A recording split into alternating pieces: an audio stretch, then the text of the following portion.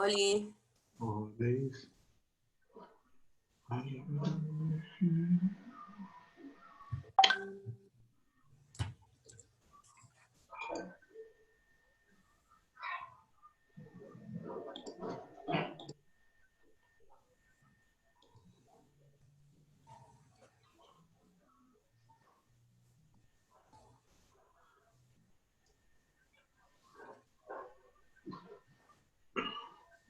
¿Ya están todos más o menos, Juan, para seguir o esperamos un cachito? hay 24, 33. Ah, bueno, entonces esperemos 2 minutos.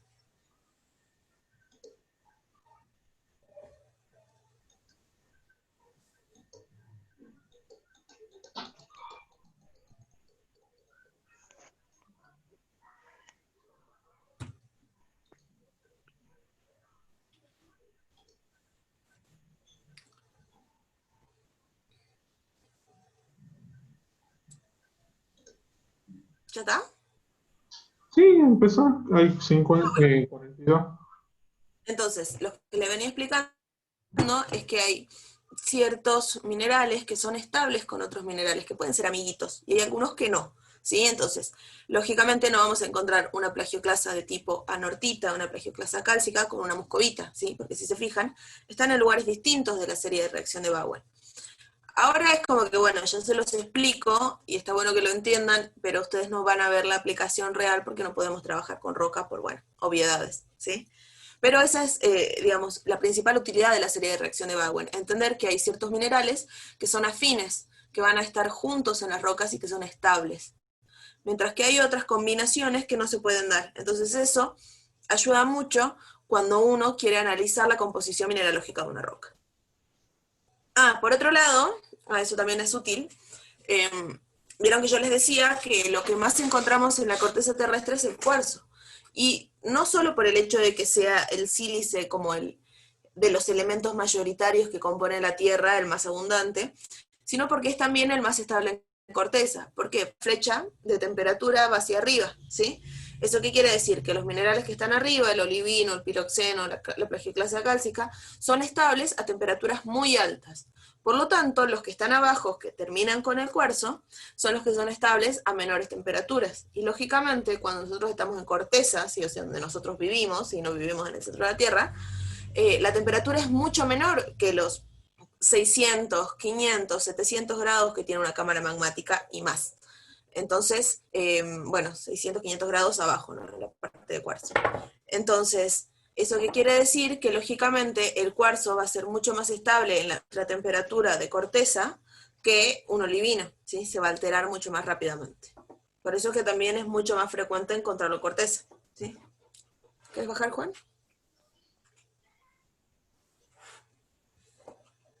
Bueno, ahí tienen todas las otras plagioclasas. ¿Quieres bajar más? Bueno. Esto no sé, no, me parece que no les demos texturas y eso porque no van a analizar rocas. Directamente les expliquemos cada tipo de roca y listo. ¿Te parece? Sí. Pero si podemos ver las imágenes. Mira, subí un cachito. Así las ven al medio. Por ejemplo, esa es también una roca ígnea. ¿Ustedes qué piensan que es? ¿Intrusiva o extrusiva? Contesten en el chat si pueden. Ponga alguno. ¿Es intrusiva o extrusiva? Bien, hay uno contestó intrusiva. Intrusiva. ¿Sí? Son rocas intrusivas. ¿Por qué? Porque podemos reconocer los minerales. Eso que significa que tuvieron tiempo para desarrollarse. ¿Sí? Muy bien. Bueno, sigamos, Juan.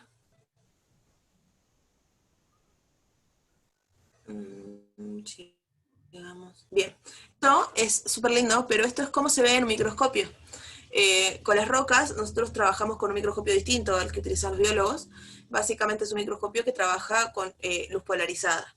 Esencialmente lo que se hace es, imagínense que se agarra una roca, se la orienta de una determinada forma y se la va cortando hasta que se deja como una feta de roca, que se la pone sobre un vidrio, se lo coloca en el microscopio, se lo hace atravesar por luz y eso es lo que uno ve. Y se ve de distintas formas. Por ejemplo, acá, ¿qué es lo que ven? Ven unos cristales más grandes inmersos en una placa, ¿sí? Eso es característico de las rocas ígneas bueno, ponele que intrusiva, ¿sí? O intermedias. Pero sí, son muy lindas como se ven en el microscopio, y es muy interesante porque uno va girando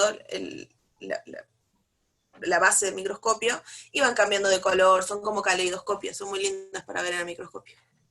¿Querés bajar más, Juan? A ver.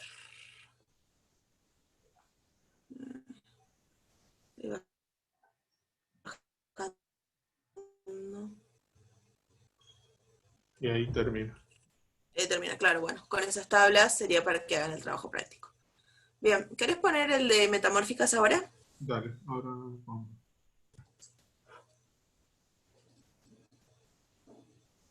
Dame un segundo.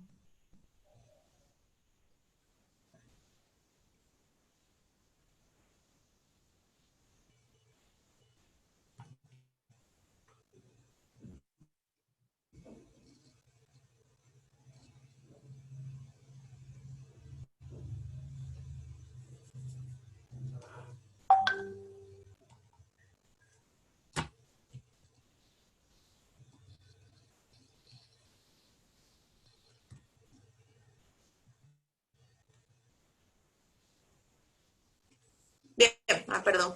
Bueno, entonces habíamos dicho que las rocas metamórficas era básicamente cuando a una roca que estaba en condiciones estables la sometíamos a unas condiciones en las que ya no estaba tan cómoda, entonces se veía obligada a cambiar.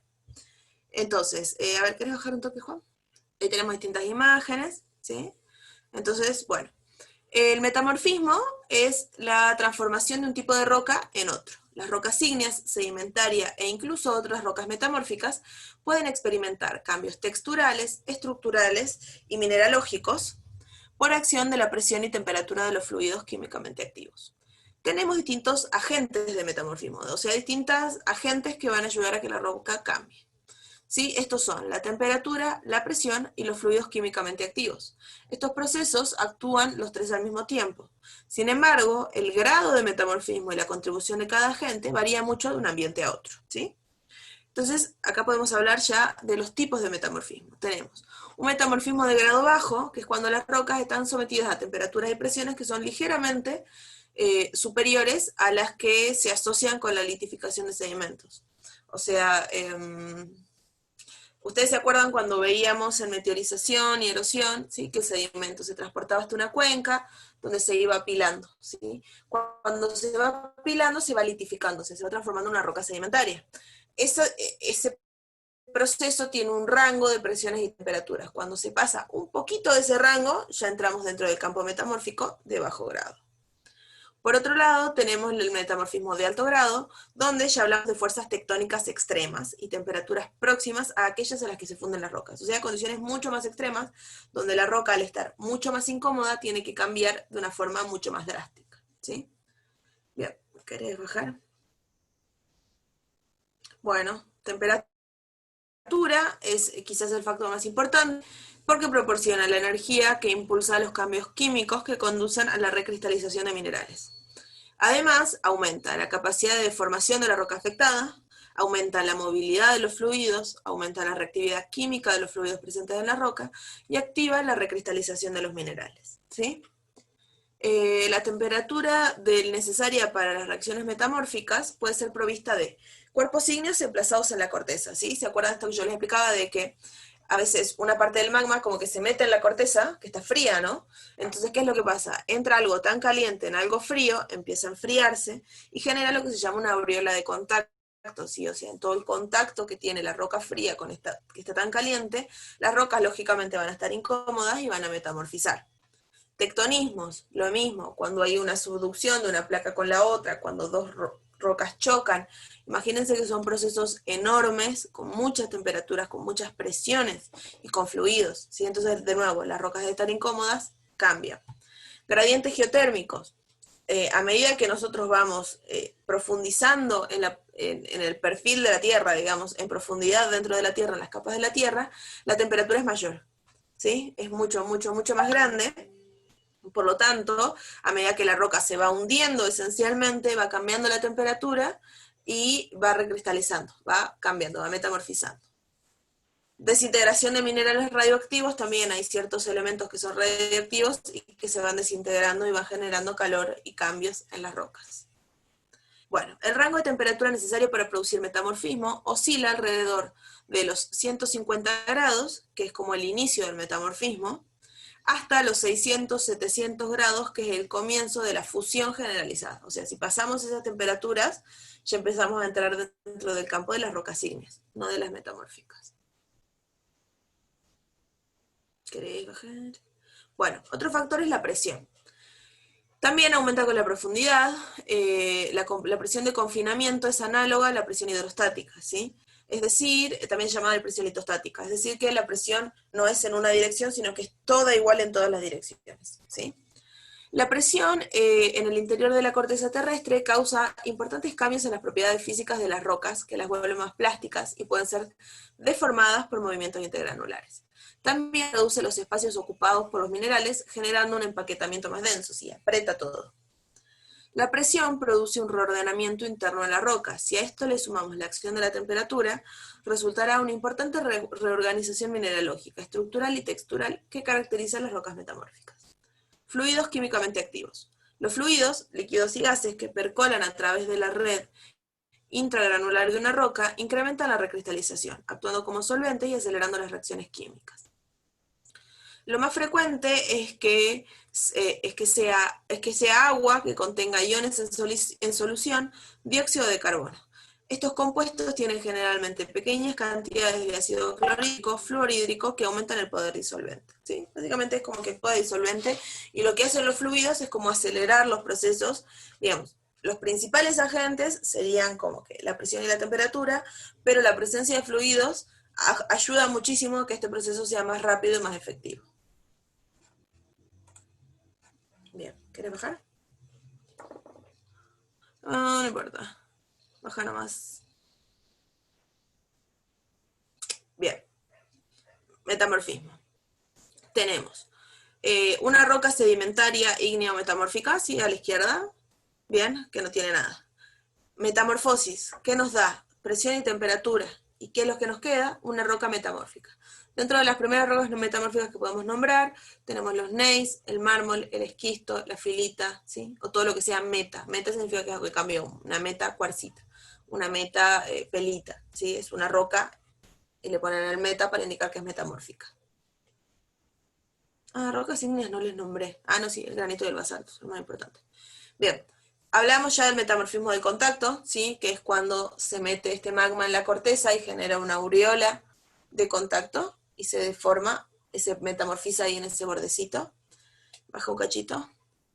El metamorfismo cataclástico, este es un metamorfismo que es poco común y ocurre en las fallas, ¿sí? ¿Vieron cuando la corteza se rompe y se falla?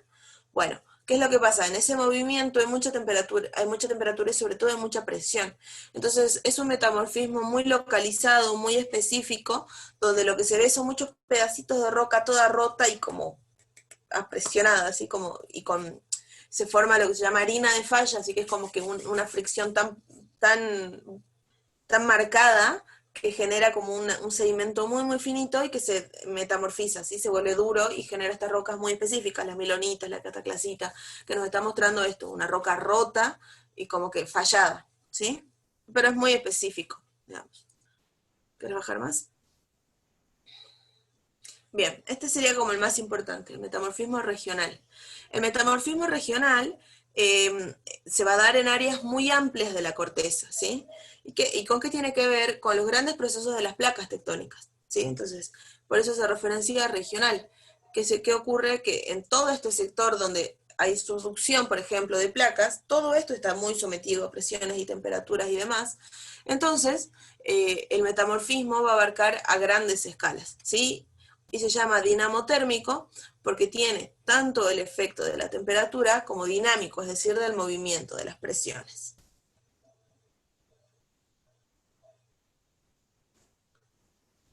Bueno, zonas. Catazona es la de mayor profundidad y la de mayor temperatura, ¿sí? Los minerales son anhidros, es decir, que es tanta la temperatura que el agua que tenían se va, se tiene que ir porque no puede estar estable en esas condiciones. Por ejemplo, un gneiss, que calculo que habrá una imagen después de un gneiss.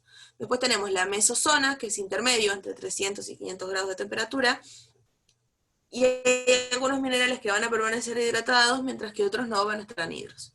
Y acá tenemos los esquistos. Y por último tenemos la epizona, que sería la más somera, ¿sí? La de temperatura menor, que hablamos de menos de 300 grados, donde los minerales pueden permanecer hidratados, y tenemos las pizarras, ¿sí? ¿Querés bajar un cachín?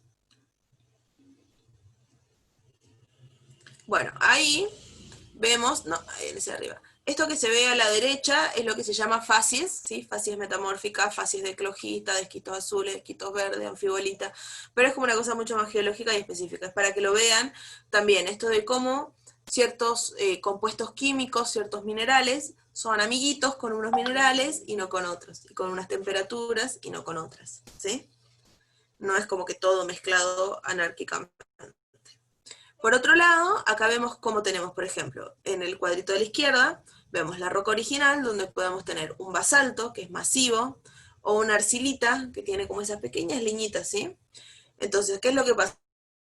Se las aprieta, ¿no? Se las aprieta y que se genera la pizarra. La pizarra son esas rocas que se utilizan para las tejas de las casas, tradicionalmente, que es esa roca que cuando uno la golpea se plana, ¿sí?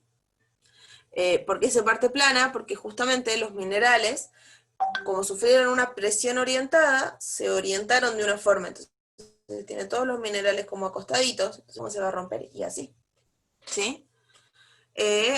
Y por otro lado, tenemos, por ejemplo, el bandeado gneísico, que esas rocas, seguro que las vieron alguna vez, en el río son re comunes, que ustedes van al río y que se ve como una roca, como si fuese un bizcochuelo marmolado, básicamente. Bueno, ¿querés bajar? Y todo este reordenamiento de los minerales se debe a que justamente hay condiciones distintas. Bueno, ahí vemos lo del metamorfismo de contacto, ¿sí? Vemos cómo el principal agente es la temperatura y no así las presiones. ¿Y qué es lo que vemos? Un magma que está muy caliente y se está intruyendo, se está metiendo dentro de una roca fría. El calor va a tender a salir y cuando salga va a alterar a todos los minerales y las rocas que tenga a su vuelta, ¿sí? Por eso es un metamorfismo de contacto. Mientras que el metamorfismo regional tiene tanto calor como presiones dirigidas. Entonces vemos cómo tenemos esta estructura así. ¿Por qué? Porque está apretando así, ¿o no? Entonces, ¿qué hace? Si yo aprieto, ¿tengo un papel por acá? Si yo aprieto un papel así, ¿qué hace? Y bueno, se empieza como a, ¿sí? A los minerales se empiezan a acomodar de una determinada formita. ¿Querés bajar?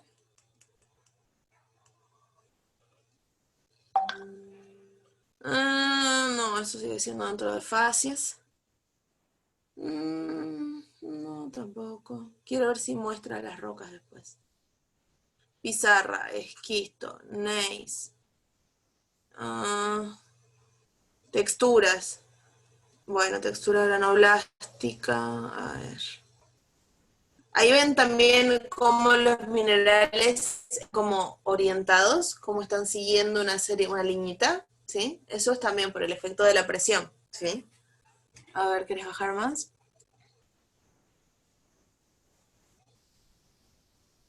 Ahí vemos. Bien, entonces, yendo desde las rocas metamórficas de bajo a alto grado, las vamos a ir viendo.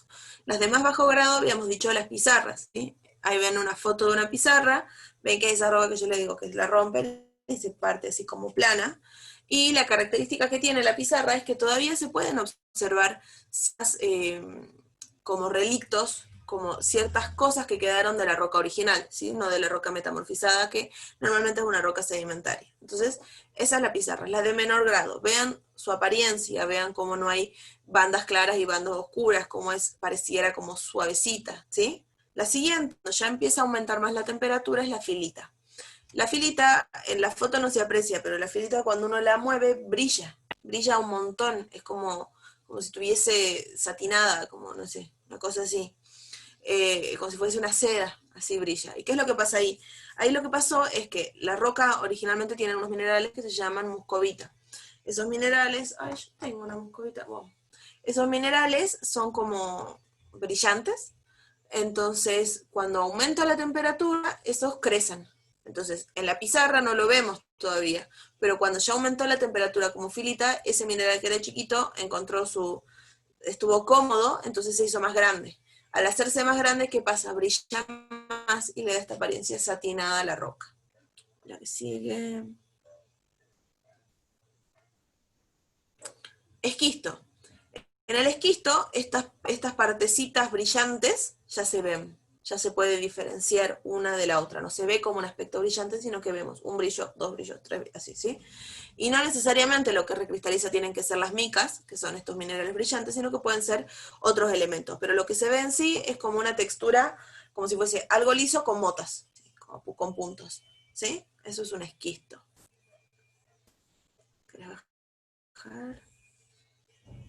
Y ya esto es como de rango de metamorfismo intermedio a alto. Y cuando llegamos a gneiss, ya estamos en un metamorfismo de grado alto.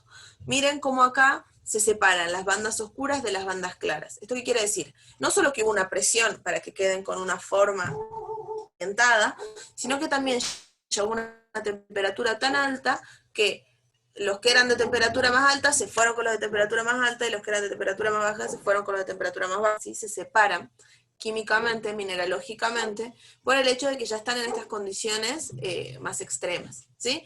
Y estas son rocas re comunes. Bueno, justo estos dos gneiss son como re vistosos, re bonitos, pero cuando vayan al río está lleno de gneiss. Escuchan a mi perro ladrar. ¡Che! Bien, por otro lado, esas son como las rocas más comunes, ¿sí? Siguiendo una secuencia, ¿sí? Que la secuencia va pizarra, filita, esquisto, gneiss, y después podemos tener la migmatita, que la migmatita es como cuando ya la roca está en el límite de fundirse, ¿sí? Es como el límite entre metamórfico e ígneo.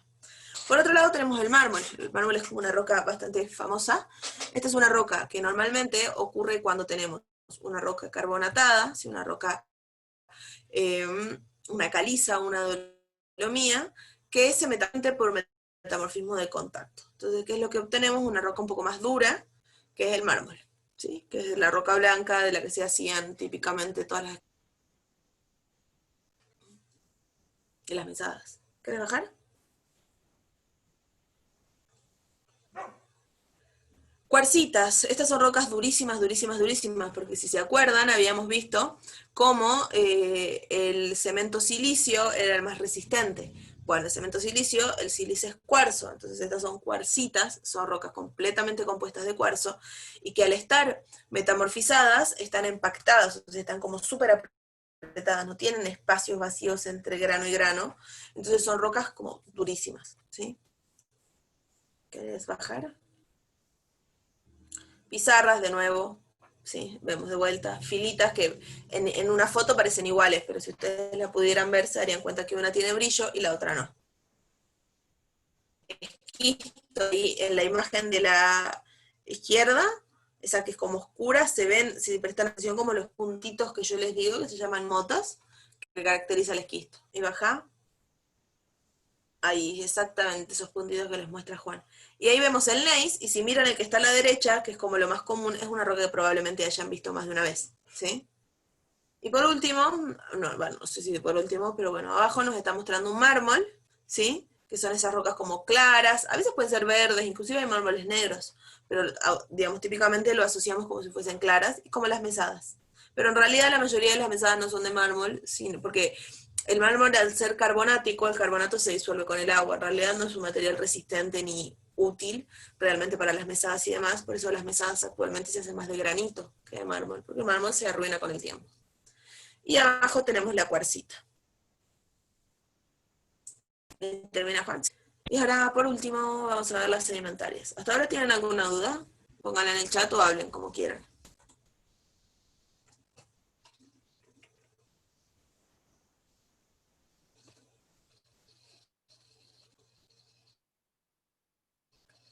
Igual, si les resulta interesante o si quieren aprender más, en el Tarbook explican hermosamente todas las rocas estas. ¿Ninguna duda? Bueno, continúo con las sedimentarias. Las rocas sedimentarias son las que vemos con más frecuencia en la vida cotidiana, ¿sí? ¿Querés bajar? baja, bueno, donde dice, rocas sedimentarias. Son aquellas formadas por la depositación de material detrítico o por la precipitación química u orgánica de material suelto, provisto por la desintegración de rocas preexistentes, el posterior transporte en forma de sedimentos sobre los que actúan finalmente los procesos diagenéticos, ¿sí? Es decir, las rocas sedimentarias se forman de rocas preexistentes, para empezar. Pueden ser de dos tipos, pueden ser por precipitación mecánica o por precipitación química. Las más comunes son las de precipitación mecánica. Y acá vamos a ver lo que ya veíamos antes, ¿sí? Entonces, hay una roca vieja, por ejemplo, un cerro, ¿no? Ese cerro, ¿qué pasa? Se meteoriza, una vez que se meteorizó, viene el agua y se lo lleva, o se transporta, va erosionando, hasta que llega a una cuenca y se deposita. Cuando se deposita, ¿qué pasa con ese sedimento? Se deposita más sedimento, más sedimento, más sedimento, y por este proceso, por millones de años, a la escala de la Tierra, en algún momento va a ser tanta la columna de sedimento que se va a apilar, que va a ser tanto peso por sí mismo, que va a empezar a compactarse y a diagenizarse, es decir, a transformarse en roca, por la misma presión, por la misma temperatura que va adquiriendo al irse hundiendo de acuerdo al gradiente térmico, ¿sí? Esa es la parte física de las rocas sedimentarias. Por otro lado, puede ocurrir, por ejemplo, lo que nosotros veíamos cuando veíamos aloclastismo, ¿sí? Que haya una roca que tenga ciertas composiciones, entonces, ciertos elementos químicos solubles con agua. Llega el agua, lo disuelve y se lo lleva, ¿no? Se lleva en solución, o sea, disuelto en el agua, esos elementos químicos hasta que llega a un lugar donde deposita. Se queda quieta esa agua y hay condiciones para que cristalice, es decir, para que esos químicos que están dando vuelta se vuelvan sólidos y formen una roca por precipitación química. Ese es otro tipo de roca sedimentaria. Otro tipo de roca sedimentaria es por precipitación orgánica. Es decir, por ejemplo, hay rocas que, no sé, capaz alguna vez vieron, que están formadas todas por como conchitas de mar, bichitos, cosas así. ¿Qué es lo que pasa? Estamos, por ejemplo, en el mar, hay un montón de bichos que tienen caparazones carbonáticos, se van muriendo y se van acumulando, como si fuese un sedimento, igual, como si fuesen piedritas, pero en realidad lo va haciendo con los caparazones de cosas. Entonces se van acumulando, ante la misma presión y temperatura, se litifica y se vuelve roca. Bien, ¿querés bajar? Baja. Baja. Bueno, entonces, tenemos una serie de procesos para formar la roca sedimentaria. Empieza con la meteorización, que ya lo vimos. Continuamos con la erosión, ¿sí? Sí, eso ya lo vimos, meteorización lo voy a dar por entendido. Erosión. Hay diferentes agentes, ¿sí? El hielo, el viento, el agua, que tienen un efecto abrasivo, ¿sí? Van como desgastando la roca y van transportando ese material desgastado hasta encontrar una cuenca, ¿sí? ¿Querés bajar? Bueno, transporte, lo mismo, puede transportarse por el viento, por el agua, por el hielo, por la gravedad. Depositación, entonces. El sedimento estos pedacitos muy pequeños, o a veces no tan pequeños de roca, llegan hasta un lugar donde dicen, bueno, listo, acá nos quedamos, ¿por qué? Porque es un lugar bajo, no tiene a dónde más ir, y se depositan, ¿sí? Entonces se empieza a depositar, se empieza a acumular. ¿Querés pasar a la siguiente? Y ahí es donde empiezan los procesos de listificación o diagénesis. Son procesos físicos y químicos que transforman el depósito sedimentario en roca sedimentaria. Los factores importantes son la temperatura, la presión litostática, las soluciones que lo atraviesan y que contienen elementos que pegan o cementan los granosoclastos, ¿sí? Bueno, los principales procesos de la diagénesis son el hundimiento, ¿sí? Que algo se hunda, la compactación, que algo se apriete, y la cementación. ¿Se acuerdan cuando veíamos también esto de meteorización y veíamos, o en clima lo veíamos, no, meteorización, me parece, o en suelo, que veíamos los factores que ayudan o dificultan a la meteorización de un elemento y que hablábamos del cemento carbonático, del cemento silicio? Bueno, imagínense que en todo este proceso que se está, digamos, llegó el sedimento, se acumuló en una cuenca. Ese sedimento, no es que se acumuló ese sedimento solo, sino que probablemente entre partícula y partícula quedan retenido un poquito de aire y un poquito de agua, ¿no? Ahora, cuando se empieza a aplastar y aplastar y aplastar, es como si yo apretara una esponja, ¿y qué es lo que pasa? A medida que voy reduciendo el espacio entre granos, empieza a salir el fluido que estaba en esos granos, aumentando el espacio, es decir, se empieza, bueno, quedan 9 minutos, se empieza a liberar el agua, ¿sí? Y esa agua viene ya ahora cargada químicamente. ¿Con qué? Con silicio en el caso del cemento silicio o con carbonato en el caso del cemento carbonato. También hay cemento ferruginoso con hierro y otros cementos más raros. Entonces, ese fluido lo que hace es cementar, actúa de un cemento de todas esas partículas que si no quedarían un poco más sueltas, ¿sí? Lo cementa, es como que lo cementa, ¿sí? No sé, no se me ocurre ningún sinónimo. Bien, ¿querés bajar? Baja. Bajar más. Quiero ver si hay algo que explique. No. Bueno, acá podemos ver que las rocas sedimentarias se van a clasificar de acuerdo al tamaño de sus individuos, ¿sí? Al tamaño de sus componentes. Desde los más pequeñitos que están abajo, mira, quiero bajar hasta la arcillita, donde vemos, por ejemplo, las arcillas que forman y las limolitas, que son, si ustedes miran la foto, de solo verlo se dan cuenta de que ustedes no pueden diferenciar un grano de otro ahí, ¿sí? Que se ve como una sola cosa lisa. En ese caso hablamos de lutitas, ¿sí? Como roca, ¿sí? Ven que es lisita la limolita, ven que es como, y la lutita que no se ve como un grano diferente de otro grano. Bueno, en arenisca sí se puede identificar, o sea, es difícil, requiere un ojo más entrenado, pero sí pueden identificar un grano y otro grano. Después si tienen ganas vayan, no sé, si tienen patio, busquen algunas piedritas y pónganse a mirarlas. En las areniscas sí tenemos granos diferenciables de arena, ¿sí? Y ya cuando llegamos a los conglomerados y a las brechas, miren cómo hay pedazos grandes de roca conformando otra roca, ¿sí? Entonces, ¿cuál es el criterio de clasificación de las rocas sedimentarias? El tamaño de los clastos, que serían estos componentes principales. Entonces, tenemos, las rocas sedimentarias se pueden clasificar en detríticas, es decir, detrítico hace referencia a que el proceso fue mecánico, ¿sí? Que fue algo físico. Y no detrítica hace referencia a que es algo químico, que es algo de precipitación. En las detríticas tenemos los conglomerados, donde son estos en los cuales los clastos son grandes, se pueden ver, tienen un diámetro mayor a 2 milímetros. Las areniscas están compuestas por granos de tamaño arena, y las arcillas tienen partículas tan finitas que se ven como nada, ¿sí? Entre las no detríticas, o sea, las químicas, podemos tener las carbonatadas, es decir, que químicamente su componente principal sea el carbonato, y las rocas salinas o evaporíticas. Por ejemplo, la sal, o sea, la sal cuando está en forma de roca se llama halita, y es una roca química, ¿sí? Y evaporítica, por ejemplo, tenemos el yeso, la silvina, la anhidrita, los boratos, ¿sí? Son todas rocas evaporíticas. ¿Qué es lo que pasa? Hay una solución, o sea, un líquido con algunos elementos químicos que en algunas condiciones se satura y empiezan a precipitar. ¿Quieres bajar, Juan? Esto no, porque no lo van a ver ellos. A ver, seguí bajando a ver si hay algo más. Bueno, clásticas, era esto que yo les explicaba de químicas, o perdón, de mecánicas o detríticas, químicas. Esto sí es importante. Las rocas sedimentarias están compuestas por 3 partes, ¿sí? Tenemos, por un lado, el clasto. El clasto es la partícula más grande, ¿sí? Es decir, si viéramos un conglomerado, sería como las partículas más grandes, sería eso. Y están dentro de una matriz, ¿sí? Imagínense, a ver, como que,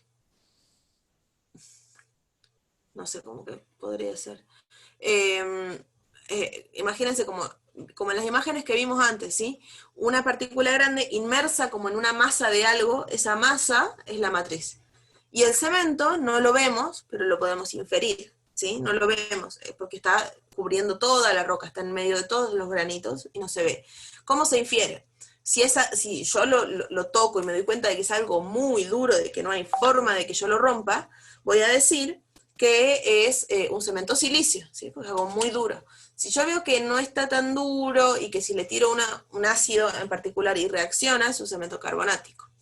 Y si está como rojo, puede ser un cemento ferruginoso. ¿Quieres bajar? No, bajar más. Eso era para cuando trabajaban en el práctico. No, tampoco.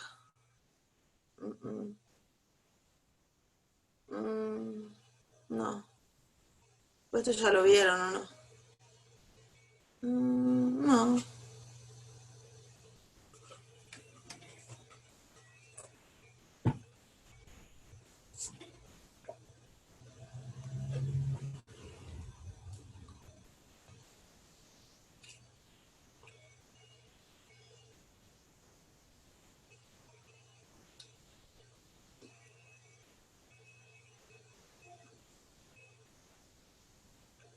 No, creo que ahí quedaría nomás. A ver, veamos si hay algo más interesante, pero...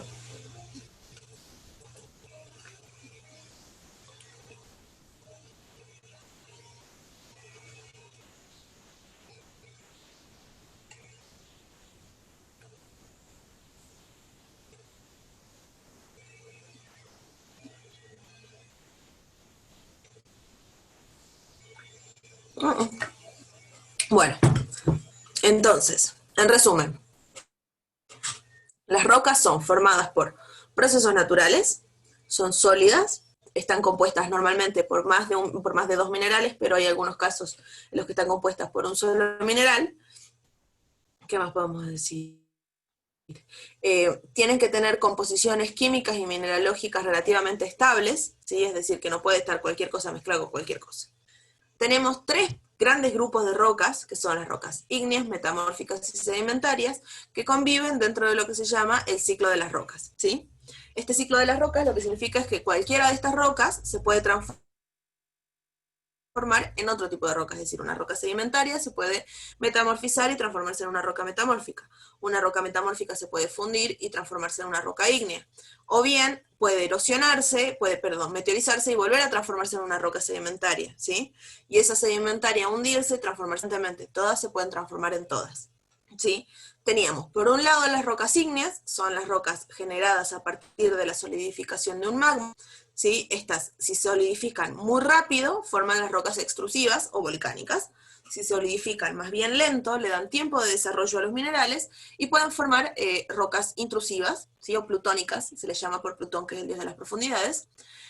Por otro lado, tenemos las rocas metamórficas, ¿sí? Las rocas metamórficas, ¿qué es lo que pasa? La roca cambia de sus condiciones originales, está incómoda, entonces tiene que ver de amoldarse a estas nuevas condiciones y lo puede hacer con la recristalización de los minerales, es decir, que los minerales cambien su forma, y con la reorientación de las partículas, ¿sí? Que se ordenen, que no queden anárquicamente siguiendo una cierta alineación de acuerdo a los esfuerzos. Tenemos distintos tipos de metamorfismo, metamorfismo de contacto, metamorfismo regional, metamorfismo cataclásico. Hay algunos tipos, otros de metamorfismos que no vimos, por ejemplo, el metamorfismo asociado a caída de meteoritos, ¿sí? Cuando cae un meteorito contra la corteza, hay tanta temperatura y tanta presión que las metamorfiza, ¿sí? Y las rocas metamórficas más típicas las vamos a clasificar en función de su grado metamórfico, siendo las de menor grado metamórfico las que sean de menor temperatura y presión, y las de mayor grado metamórfico las que tengan más temperatura y presión. Y van desde las de menos hasta las de más, como pizarra, ¿sí? Uno no reconoce nada, la roca se parte así como al golpearla en forma plana. Filita, ya las micas recristalizaron, entonces tiene un brillo satinado. Esquisto, hay más recristalización, entonces se ven motas, se ven como puntitos de minerales más grandes.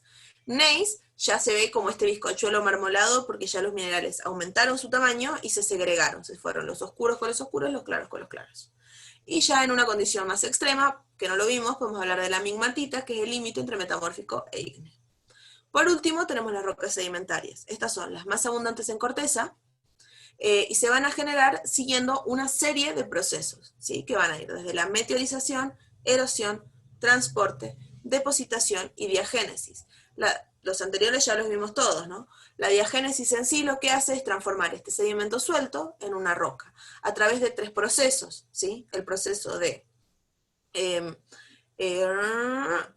de hundimiento, ¿sí? Por el mismo peso se va hundiendo dentro de la corteza, de compactación por el mismo peso que va teniendo cada vez más arriba, que va haciendo, lo va apretando, y el proceso de cementación. Cuando aprieto, sale el líquido que tenía contenido y cementa toda la cuestión, ¿sí? Las rocas sedimentarias están compuestas por tres partes. Los clastos, que serían como el esqueleto de la roca, la matriz, que es lo que rodea los clastos, y el cemento, que es lo que hace que se mantenga toda junta. las rocas sedimentarias se van a clasificar de acuerdo al tamaño de sus granos. Así las más finitas, donde uno no reconoce el grano, podemos hablar de que son lutitas o limolitas. ¿Sí? Perdón, pelitas, arcilitas o limolitas, y en conjunto